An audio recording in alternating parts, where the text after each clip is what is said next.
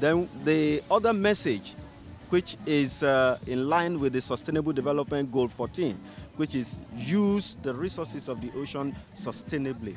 And you know, the occupation of this community is fishing. How do they fish? How do they take both the young and the fully developed ones? Do they harvest fingerling? Are they happy when they find the small fishes in their net? You know, under ideal situation, they're supposed to return them to the ocean. That is how to use the resources of the ocean sustainably. So these are some of the things we are talking about. Marking the World Oceans Day, ocean conservationists and philanthropists join world leaders to reaffirm their commitment to being good stewards. The ocean gives us oxygen, it gives us food, it gives us joy. We give it plastic, we saturate it with carbon, and we relentlessly extract the life out of it. I'm not going to repeat all the terrible things we've been doing to the ocean, because our job is clear: to unite to revive it. And right here, in this great global hall of humanity, is where we can begin to make that happen. Together, we will change the course that we have set for ourselves, representing tens of trillions of dollars in economic value, as well as a priceless value in intangible benefits. Our oceans are quite literally the foundation of our existence. World leaders acknowledged the importance of the oceans when they adopted the 17 Sustainable Development Goals, the universal blueprint for ending poverty, protecting the planet, and ensuring that all people enjoy peace and prosperity. The Sustainable Development Goal 14 sets out specific targets to be met in order to conserve and sustainably use the oceans, seas and marine resources for sustainable development. The momentum swelling from this ocean conference is immense. It's beating against the mindlessness of marine pollution. It's driving the muck back from where it came, for recycling or for abstinence.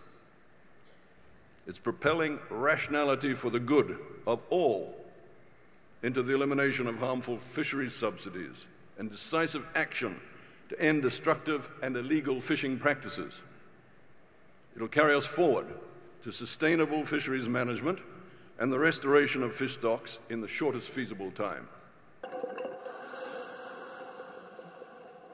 Although the ocean is the single largest habitat on the planet and is linked to human survival, climate change and the impact of increasing carbon dioxide emissions on the oceans have been largely overshadowed in the climate change debate.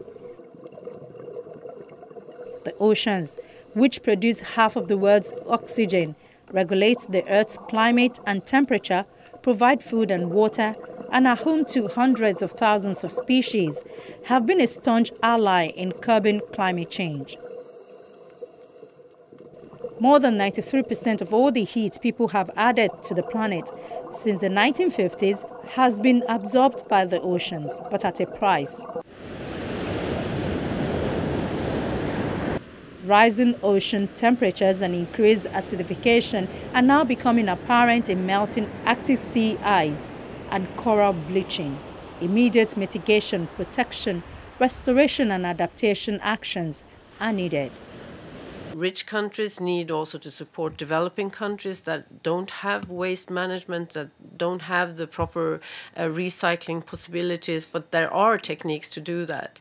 And also we need the private sector, we need the enterprises to take their responsibility on single-use plastics, on not overfishing, and on being more transparent. So there's so many things that we need to do, but I think what's important with this conference is that we really put it all on the table, making it so evident for the whole world that we can't let this go on for another year even. We have to take action now. From available research statistics, the sea level has risen by 20 centimeters since the start of the 20th century, due mostly to thermal expansion of the oceans and melting of glaciers and ice caps. Some regions are experiencing even greater sea level rise. General warming trends, massive episodes of coral bleaching, acidification, and sea level rise are affecting ecosystems in all regions, threatening fisheries, food chains, and the ocean's ability to act as efficient carbon sinks. SDG 14 on the ocean and the Paris Climate Agreement are essential for the safety of our species on this planet. And now is the time to act on both of them. The good news is that great mass of humanity, the great mass of governments all understand this, and we're behind it together in the great agreements which we reached in 2015 on these two matters. Warmer temperatures are causing more extreme weather events, and a projected 2-meter rise in sea levels by the end of the century would be catastrophic for coastal habitats and economies. Hundreds of millions of people are at risk. Climate change is an integral part of the whole conversation on Agenda 2030 and the 17 goals. Without cognizance and action on that, every one of the goals will be affected, and the ocean goal as well. We know that climate change is having effect on the seas, the warming, the loss of our reefs, the loss of livelihoods, and possibly with rising sea levels we will see many coastlines, infrastructure, people's lives, people's identity wiped out. Particularly at risk are the inhabitants of small island states, with hurricanes, cyclones, and tsunamis becoming increasingly more common threats.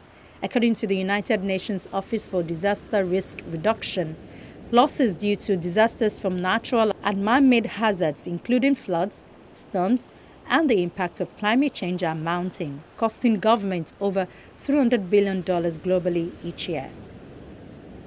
The United Nations Office for Disaster Risk Reduction recently aligned its Disaster Resilience Scorecard, which provides a set of overarching assessments on disaster resilience with a Sendai framework, boosting the number of cities and towns capable of reducing their disaster losses by 2020.